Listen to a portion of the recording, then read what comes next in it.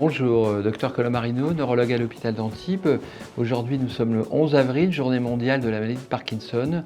Nous allons témoigner sur la prise en charge et le vécu de nos patients parkinsoniens sur l'hôpital d'Antibes. Nous sommes à plus de 140 000 parkinsoniens en France et ce chiffre ne cesse de croître parce que la maladie croît avec l'âge des patients. Il n'y a pas vraiment de facteur de risque, mais c'est plutôt des signes avant-coureurs.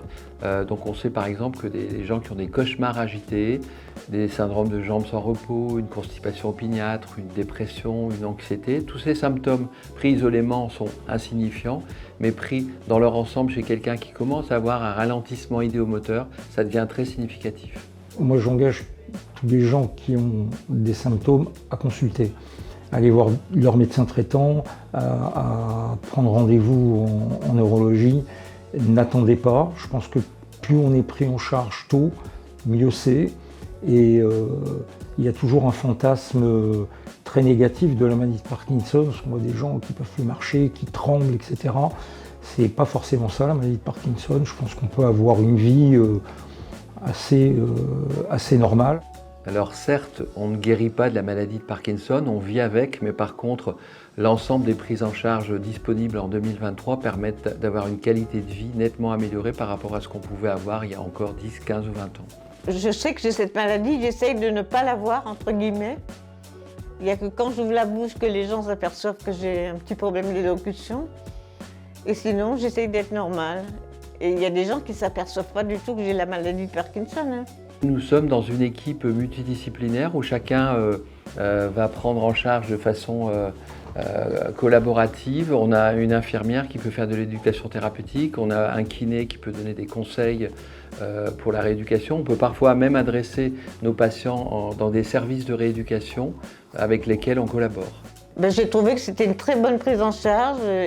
J'ai été très bien accueillie. Le docteur Colomarino m'a mise en confiance. Et j'ai dédramatisé sur le fait que j'avais la maladie de Parkinson. Je ne savais pas ce que c'était exactement et je sais pas, je me bats. Il m'a donné le courage de me battre, de ne pas vivre qu'avec ça. Et c'est très important.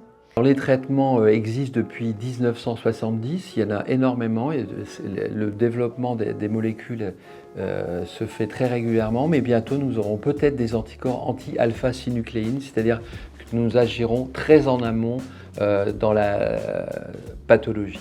Donc en plus du traitement médical, qu'est-ce que vous faites de plus? Je suis kiné et orthophonie, ce qui est très important pour moi parce qu'elle me fait faire du chant et je me suis aperçue que je chantais mieux que je ne parlais. D'accord, ça c'est très bien, c'est important dans la communication parce qu'effectivement, quand vous êtes lente pour la marche, vous avez également la même lenteur pour la parole. Et le fait de chanter, ça libère le tempo et du coup, vous êtes beaucoup plus audible et pour vous, c'est hallucinant, c'est correct. Hein. Quand je chante, c'est audible à 100%. Déjà, pour la maladie de Parkinson, nous étudions la marche et l'équilibre. Donc, nous faisons marcher un patient. Nous étudions son démarrage, son demi-tour, ses difficultés à avancer les pas. Après, il est important lors de chute de s'assurer qu'il n'y ait pas de chute de tension entre couché et debout. C'est pour ça que la mesure de la tension artérielle couché-debout est importante.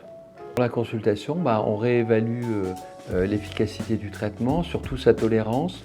Et on va également proposer une kinésithérapie et une orthophonie très souvent. Et parfois, on étudie les symptômes associés de la maladie de Parkinson. Parfois, il y a des plaintes de mémoire, il y a des douleurs, il y a des troubles du sommeil ou des troubles urinaires. Donc, tous ces symptômes-là sont pris en charge par un spécialiste neurologue. Il y a bien sûr des traitements de première ligne dans la maladie de Parkinson. Et quand la maladie de Parkinson évolue et devient un petit peu plus grave, on a parfois des techniques de pompe à apomorphine ou parfois même de la chirurgie. Et dans notre établissement, on est capable de faire le screening pour envoyer nos collègues aux neurochirurgiens ou prendre en charge ces patients avec une pompe.